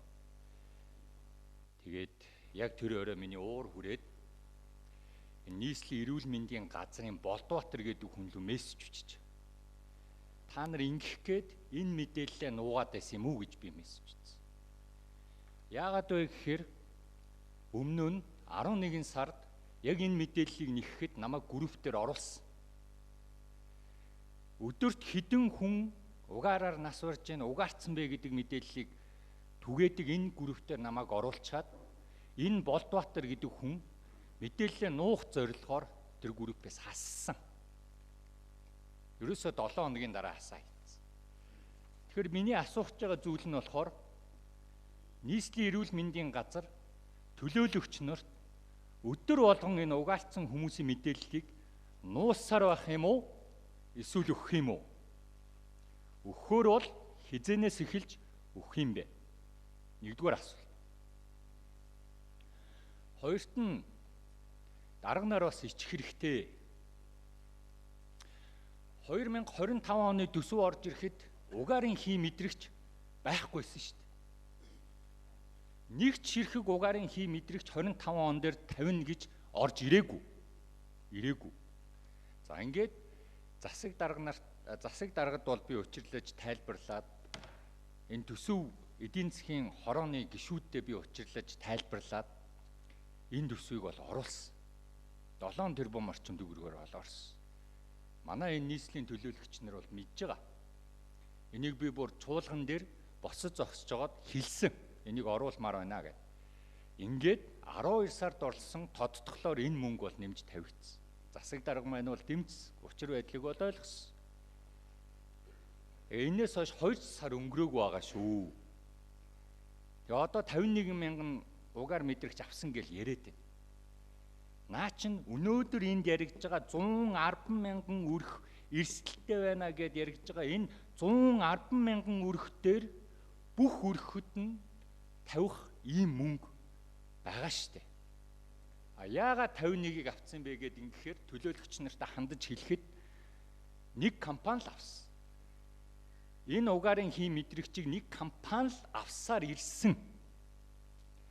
Тэгэхээр миний асуулт бол юу гэж асуумаар байна гэхээр нэг компанид өгөөл яваад байх юм уу? Ийм өндөр үнээр эсвэл нээлттэй сонгон шалгаруулалтаар үнэ бууруулад 51 мянган айлд биш 110 мянган айлд өгөх юм уу? Нэг хоёр дахь асуулт асуумаар. Тэгээ асуултаа авчаад тодруулгаар нэмэлт санал асуултаа хэл. Нийслэлийн эрүүл мэндийн газар бат ирээдүй. Дүлгөөний төлөөлөгчийн асуултанд хариулна. За дүлгөөн төлөөлөгчийн асуултанд хариулъя. За таны түрүүн дурдсан бас Болдбаатар гээд мэргэжлэнтэй холбогдлолтойгоор ямар шалтгаан нөхцлөөс байсан талаар би тодруулаад танд албан ёсоороос өнөөдөр хариу мэдэгдэе. Хоёрт нь бол өдөр болгон одоо мэдээлэл бол 830 минутанд бол бэлтгэж нэгтгэж гараад за хариуцсан чиг үүргийн дагуу бол засаг даргын орлогч амар тушаан орлогч даргад за мөн дээрээс нь агаарын орчны бохирлын тэмцэх газар нийслэлийн нийгмийн эрүүл мэндийн үндэсний төвөд бол хүрэгдэж байгаа нэгдсэн тоо мэдээлэл бол өдөр тутмдаа гарч байгаа. Тэгэхээр энэтэй холбогдлолтой тоо мэдээллүүдийг бол бид нар яаж зохион байгуулж одоо төлөөлөгч нарт мэдээлэлээр хангаж чадлаараа яралт авс арга хэмжээ авч мэдээлэлээр хангаж ажиллая гэсэн. Амар төвшин дарга.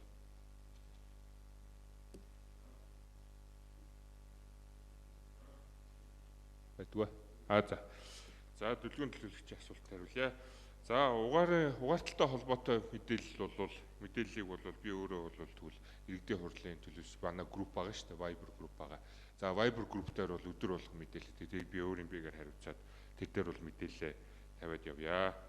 Тэр дээр бол асуудал байхгүй. Шүүмжлэлийг бол хүлээж авлаа. Ойлголоо.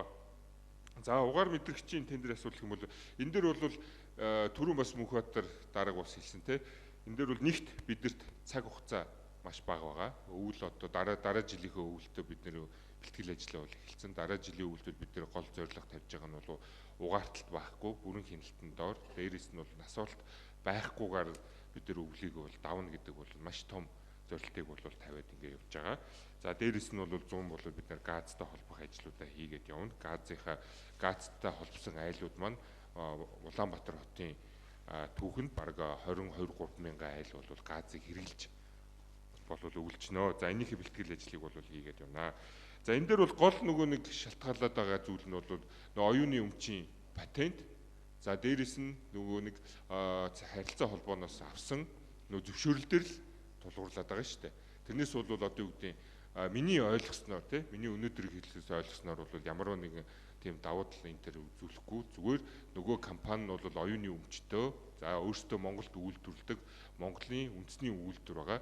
За хагас дамжуулагчаа бол ингээд хятадаас оруулж ирдэг. За хагас дамжуулагч хятадаас оруулж ирээд өөрсдөө энэ чинь үндсэн системтэй холбоод угсралтаа хийгээд за тэгээд антеннерээ дамжаад мэдээлэл бол өгдөг. За тэр мэдээлэл нь бол манай нэгдсэн хяналтын төв дээр бол мэдээлэл нь аваад ингээд явдаг гэдэг бол ойлголттой бүрэн ойлголттой бол бий байгаа.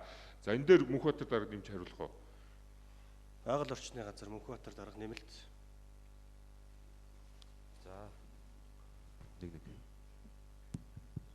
За дүлгэн төлөвчийн асуултанд нэмэлтээр хариулъя.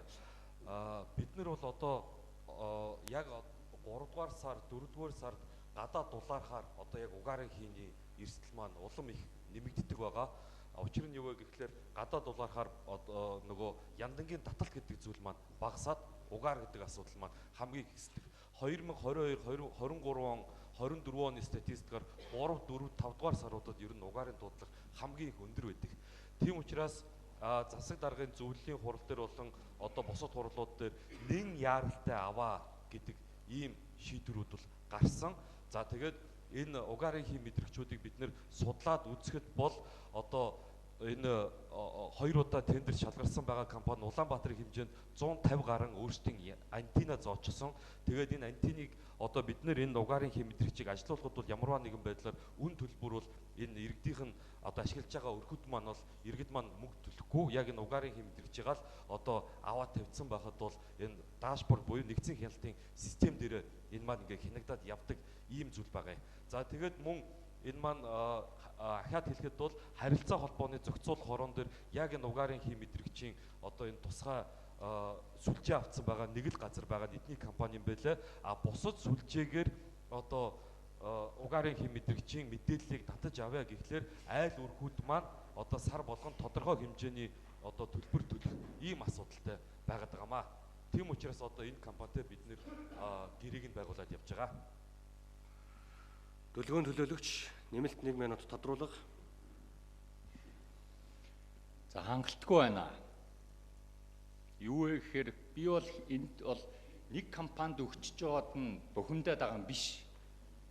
110 мянган айл өгөх боломжтой үнээр 51 мянган айлд энэ угаарын хий мэдрэгчийг тарааж агаад нь бухимдж байгаа. Тэгээ цаана нь 51 мянган айлд авлаа гэхэд дахиад 60 мянган айл угаарын хий мэдрэгч хүү энэ жил болох гэдэг. Энэ чинь төсвийн мөнгө, татвар төлөгчдийн мөнгө. Бид нэр аль болох энэ тавигдсан төсвөөрөө хэр олон айлыг хамруулах вэ гэдэг дээр л энэ төрлийн албан агчдын ажиллах зорилго, ажил хийж байгаа гол утга учир бол байдаг шүү дээ. Тэгэхээр энэ дээр магадгүй одоо их хурл нийслэлийн иргэдийн төлөөлөгчдийн хурлын дарга магадгүй санаачлаад энэ ажлыг бас шалгуул яад. Ажлын хэсэг гаргуул яад.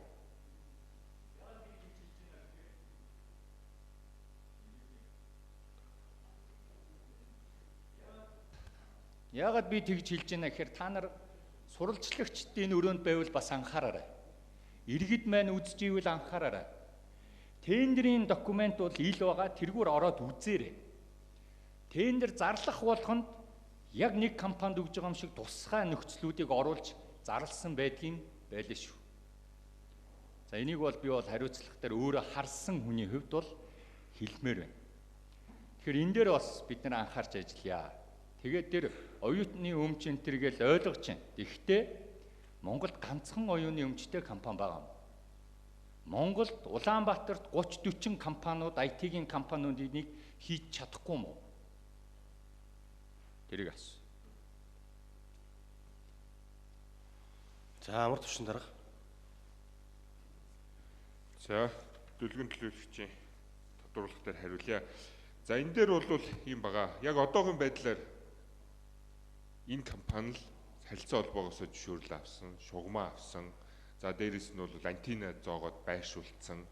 За сүүлийн 2-3 жил бол төхөөрөмж нь бол туршлагдсан, туршилтанд орцсон, хэрэглэгдээд явж байгаа ийм л зүйл байгаамаа. Тэрнээс бол одоо юу гэдэг миний зүгээс ч юм уу нийслэлийн агаарын бохирдлоо тэмдэх газрын зүгээс яг энэчнээс авна гэд чичрээд дайраад байгаа бол байхгүй.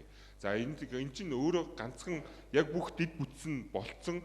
Өнөөдөр худалдаж аваад маргааш айлд нь байрлуулаад байрлуулсан өдрөөс шууд нэгдсэн мэдээллийн систем дээр мэдээлэл ирж байгаа болохоор бид нар олзууршаад байгаамаа. Тэрнээс бол одоо юу гэдэг 20 тэдэн жиг жилийн хугацаанд 2 жилийн хугацаанд гэдэг тавихаар дахиад нөгөө нэг угаартах эрсдэл маань нөгөө айл өрхүүд маань угаартах эрсдэл маань бол яг энэ удаан байх тусмаа бол эрсдэл нь бол нэмэгдээд явнаа. Энэ дээр бол цаг хугацаан дээр бол бид нар баригдаад байгаа юм шүү. Тэрнээс бол юу гэдэг Монголын өөр компаниуд үйлдвэрлэж чадахгүй, өөр компаниуд хийж чадахгүй гэдэг үлдээс нь хараагүй. Бид зүгээр цаг хугацаа төргийн шуурхаа иргэдээ энийг бол угаар мэдрэгчийг хүргэнэ л гэдэг дээр л баригдаад байгаа. Тэгээ хамгийн төргийн шуурхаа бүх дэд бүтцээ хийцэн зөвшөөрөл харилцаа холбооноос авцсан. За бид нэр гэрээ хийлээ гэхэд шууд маргаашнаас нийлүүлэлтээ игээд үндсэн сүлжээнд холбогдож чадах ганц л компани энэ байгаа юм байлээ. Тий.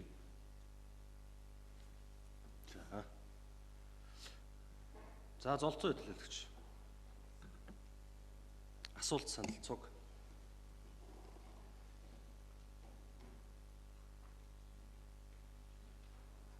За та бүхэнд өдрийн мэнд төрөв. Асуулт санал хамт байсан мэдлэгөөр хүлээж авч хоцорч шиг бол. За би болохоор энэ агаарын бохирдлын ажлын танилцуул 62 дахь тогтоотой холбоотой танилцуулгыг улирал болгоно гэж ойлгож байгаа зөв амар төвшин заргаа. Улирал болгоно. За тэгэхээр хэдүүлээ нөгөө ажлаа хийх ажлаа оруулж ирэхээр бүтэн жилээр нь оруулж ирэх танилцуулаад энэ 2 удаагаа давтагдчихэв.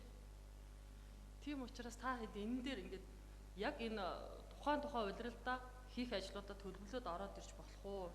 Тийм бодвол хэдүүлээ 110 мянган айл эрсдэлтэй байна гэж суухгүй энийг дараа 11 дугаар 12 сард хийн гэхгүй шүү дээ. Тийм учраас эндээ та анхаараарай. Хоёрдугаар энэ бид ч одоо нэг утааг нэг өвлөж авдаг л ажилтаа болсон юм шиг санагдаад бах юм надаа. Энэ жил бид нар 24 жил энэ 45 төлөөлөгч 28 оны хүртэл энэ утааг өвлөж авдаг асуудлыг таслан зогсоогоод яг энэ дээр хариуцлагатай ажлын хэсэг байгуулад манай асуудлын нэг номерт энэ утаач нь байгаа шин. Хэдүүлээ маш их мөнгө төгрөг зараад явж байгаа. Тэгээ энийгээ хэдүүлээ маш тодорхой тий ажлын хэсэг гаргаад төлөөлөгч нар хяналтаа тавиад одоо 5 толгой түвшин нийслэл дээр ирсэн дахиад одоо юу нэ инновац нэвтрүүлэх гэж байна тий дахиад энэ юун дээр түвшин дээр шинжилэл хийх гэж байна нүрсээ солих гэж байна гэд маш олон асуудлуудыг хэдүүлээ ярилцсан шүү дээ. Тийм учраас энэ дээр дахиж алдаа гаргахгүй тулд хэдүүлээ энэ төлөөлөгч нартай хамтдаа тэгээд энэ удирдлагын одоо энэ ажлыг хэрэгжүүлж байгаа агаарын бохирдолтой тэмцэх газар 5 толгой түүш гэдэг бүгдээр энэ байнгын нэг ажлын хэсэг хяналт тавьдаг ажлын хэсэг байгуулад тэгээ энийгээ улирал болгон төлөвлөд энийгээ үр дүнтэй хилцдэг байж болох уу? Энэ дээр нэг хариулт өгөөч. Ер нь одоо хэдүүл хамгийн эцсийн дүндээ бол LPG NG ч гэсэн угаасаа л асуудал дагуулна. Ганцхан энэ дээр хэдүүлээ найдаж юу ах юм байхгүй шүү дээ, хийх юм байхгүй шүү дээ. Тийм учраас ямар ч ажлыг хийсэн агаарын бохирдолтой холбоотой ямар ч ажлыг хийсэн төлөвлөөд төлөвлөгөөгөө яг улирал болгон яг энийг ингэж хэрэгжүүлээд хийн. Энэ нь ийм тодорхой байна гэх. Зүгээр нэг жилд ерөнхий хийх ажлыг танилцуулаад явахгүй ингээд ийм юу руу юммаар байна. Амар төвшин дарга энэ дээр анхаарч өгөөч гэж би хэлмээр байна. За тэгээд тэр юун дээр асуу. Улирлаар өштэй юу яасан? 110 мянган айлынхаа 51 мянгаыг нь хангах ч юм байна. Угаар мэдрэгчээр. Тэгээд энийг хэдэн сар хийгээд хэдэн сар дуусгана. Тендертэй холбоотой асуудал дээр хэдүүлээ гацаад идэх юм бол энийг нь хамгийн сайн шийдэл болох гэмиг нь гаргаж ирж байгаад танилцуулах хэрэгтэй юм шүү. Энийг ингэж шийдвэрлэе гэдэг. Тэгээд энэ дээр нэг хариулт авчвал хэрэгтэй байна. Амар төвшин дарга.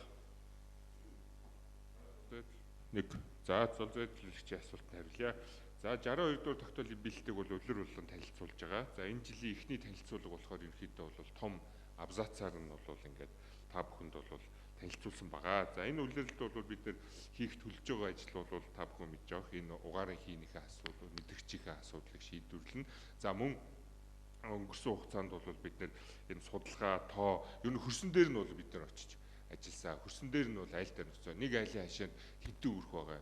За тэр өрх байгаа айлууд нь яг тухайн айлд хашаанд байдаг юм уу? Эсвэл тухайн зөвхөн өвөлдөө одоо тий 3-4 айл тухайн хашаанд байгаад зундаа хөдөө гадаа нүгөө явчихд юм уу? Зөвхөн өвөлдөө оюутнуудад түрээслэх зорилгоор тухайн хашаанд 2-3 айл байгаад байна уу гэдэг тоо статистик бол бид нар бол гаргасан. Тэгэхгүй бол 100 тоолог хийдэг, нэг өөр тоо гардаг. За өвлөн тоолог гэхээр бол нэмэгдсэн тоотоо бол гаргаад байгаа. За мөн бид нар бол энэ Google Satellite-ыг бол ашиглаж мөн яндангийн тоолгуудыг бол хийсэн байгаа. За гар тоолохдоо бол ойролцоогоор 1000 яндангийн бол зөрөө гарсан. За эдгээр 1000 яндангийн зөрөө нь юун дээр гарсан байггүй хөдөлгөөнгүй зогсож байгаа автомашины тоон дээр бол энэ бол ингэж гарсан байгаа. Тийм болохоор бидний гар аргаар тоолсон хөрсөн дээр хийсэн тоолго за Google Satellite-аас бол авч байгаа тоолго хоёр бол ингээд ерөнхийдөө бол яг ингээд тулж байгаа. За бид нэг үндсэн статистик тоогоо гаргаж авчаад бид нар хідэн угаар мэдрэгч авах уу? За хідэн айлын 100 яндан засч янзлах уу, солих уу? За хідэн анхааруулах уу гэдэг бол ажлууд бол төлөвлөд хийгээд явж байгаа. За бүх ажлууд маань ингээд судалгаа статистик тоон дээр ингээд суурилж явах ёстой гэдэг үндсэлтээр бол бид нэр хэрэд хөрсөн дээрх үндсэн тоогоо бол авсан байгаа шүү. За дараачийн танилцуулга дээр бол мэдээж таны хэлсэн шүүмжийг бол хүлээж аваад за мөн сандаг сүрэн төлөөлөгчийн хэлсэн шүүмжийг бол хүлээж аваад энэ ажлууд тооднуудаа бол хийгээд та бүхэнд бол илүү дэргэлэнгүй за богино хугацаанд дотроо тухайн улиралдаа өнгөрсөн хугацаанд хийсэн за ирэх өнгөрсөн улиралд хийсэн за одоо эрт буй улиралдаа хийх гэж байгаа гэдэг ерөөдөө өнгөрсөн 3 сар ирэх 3 сар гэж абзацаар бол базаа та бүхэндээ бол танилцуулъя. Тодруулжсан хуу золтой төлөөлөгч. За, хариунтай төлөөлөгч. За, сүүлийн төлөөлөгч, хариунтай төлөөлөгч.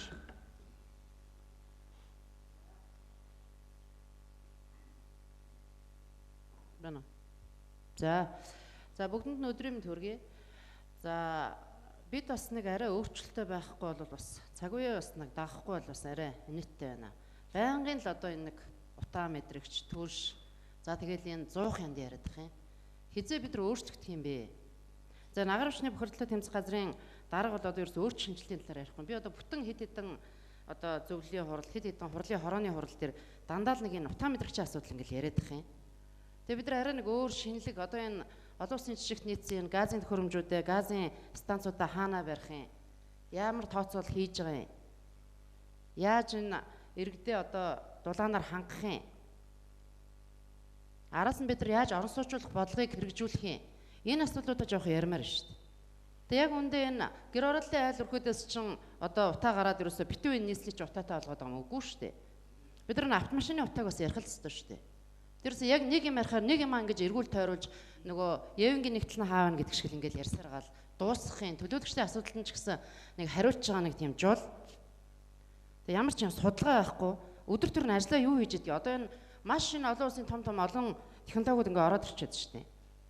Тэгээ яг нэг юмаа барьж авсан бол авсан шиг аваад яг бүр ингээ ард нь гартлан гэд үзмээр шүү дээ хэдүүлээ. Тэгэхгүй тэгэл одоо улс төрийн асуудал гарахаар хотын дарга руу шийдчихдэг. За магадгүй одоо сүүлийн үед ингээ орлогч нар руугаа шийдчихдэг. Тэгээ өөрсдөө ингээ чимээгүй ингээ байгаад идэг. Тэгэхээр энэ дээр бас нэг жоохон хариуцлагатай хандъя гэж би бас горимын санал гаргаж хэлж байгаа. Баярлалаа. За санал хэллээ. Хэлж байгаа асуудалтай холбогдуулан асуулт санал хэлж дууслаа. Төлөвлөгөөний төлөөлөгч горимын санал гаргах юм уу? Ажлын хэсэг байгуулах, худалдан авахтай холбоотой хяналт шалгалт явуулах, шийдэл олох. За тэгвэл ярилцж чагаад болоо гэдгээр горимын санал татагдлаа. Монгол Улсын засгийн газрын 2018 оны 62 дугаар тогтоолын хэрэгжилт болон агаарын бохирдлыг бууруулах чиглэлээр зохион байгуулж байгаа арга хэмжээний талаар танилцуулгатай холбоотой асууж санал хэлж дууслаа.